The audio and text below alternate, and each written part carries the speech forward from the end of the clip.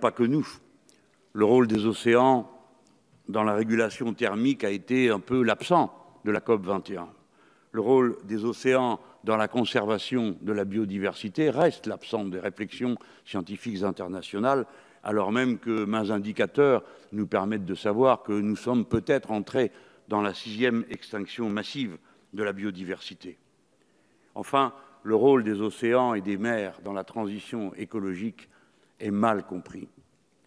Alors que si nous prenons soin de la mer pour en tirer et lui demander ce dont nous avons besoin, et si nous le faisons enfin avec les méthodes qui doivent être celles de la recherche de l'harmonie dans les rapports des êtres humains avec la nature, tirant tous les enseignements de ce que notre temps nous a appris, alors nous aurons soin de la terre.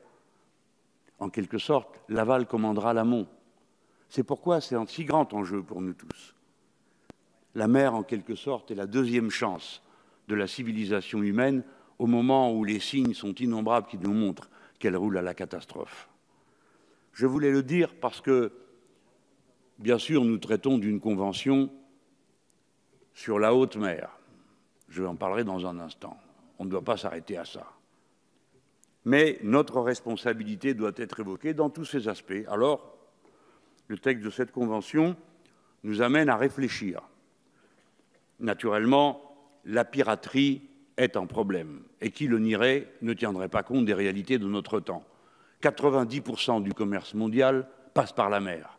Et c'est d'ailleurs parce que ce commerce est si bon marché que nous pouvons délocaliser, relocaliser les marchandises et délocaliser la production à bon compte. Le jour où le transit maritime changera de coût, vous verrez que les flux commerciaux le changeront aussi. Il y a un grand intérêt pour nous à nous assurer de la liberté de passage dans les océans, mais surtout à en propager l'état d'esprit. Cette liberté ne doit pas être simplement qu'un prétexte ou un droit de passage à prédation, à vocation prédatrice. Non, non. La liberté de circulation en mer soulève dorénavant des problèmes d'un type nouveau qu'il nous faut étudier et nous, Français, intervenir. Hélas, la fonte des glaciers libère des passages. J'observe avec tristesse qu'on ne discute pas tant de la fonte des glaciers, mais davantage de savoir à qui appartient ce qu'il y a en dessous et qui va pouvoir y passer.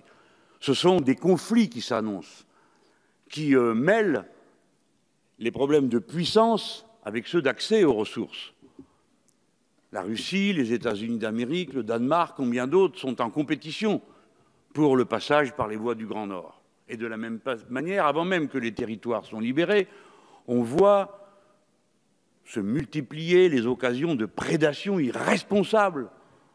C'est pourquoi, pour ma part, j'avais pris le parti de soutenir les militants de Greenpeace. Je l'avais fait dans une pétition avec M. Noël Mamère lorsqu'ils furent interceptés par les Russes alors qu'ils avaient abordé une plateforme. Je sais bien que prendre pied sur une plateforme et l'occuper, c'est un acte de piraterie au sens strict du terme. Mais tout le monde voit bien qu'il ne s'agissait pas de piraterie en vue de piller, mais d'un acte militant. Et nous avons pu, dans la commission, nous dire tous d'accord pour dire que le moment était venu de bien poser des bornes qui permettent de discerner ce qui relève de la piraterie et ce qui relève de ce qu'on va appeler, avec des guillemets, des mouvements sociaux en mer. Car si la mer est un tel enjeu, eh bien, naturellement, elle devient aussi lieu de conflit, on vient de le dire, entre les puissances, mais aussi entre ceux qui ont des idées différentes sur la manière d'utiliser ce que la mer nous propose.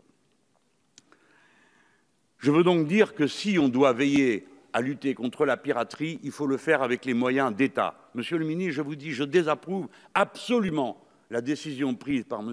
Ayrault d'autoriser les milices sur les bateaux de passage. C'est à la Marine nationale d'assurer la protection des navires français et des voies de passage par le territoire maritime français. Bien sûr, il faut leur en donner les moyens. Mais il ne peut pas y avoir d'autre violence que la violence légitime, celle de l'État, et donc de son armée. Nous luttons contre la prolifération de certains matériaux chimiques, bactériologiques, nucléaires.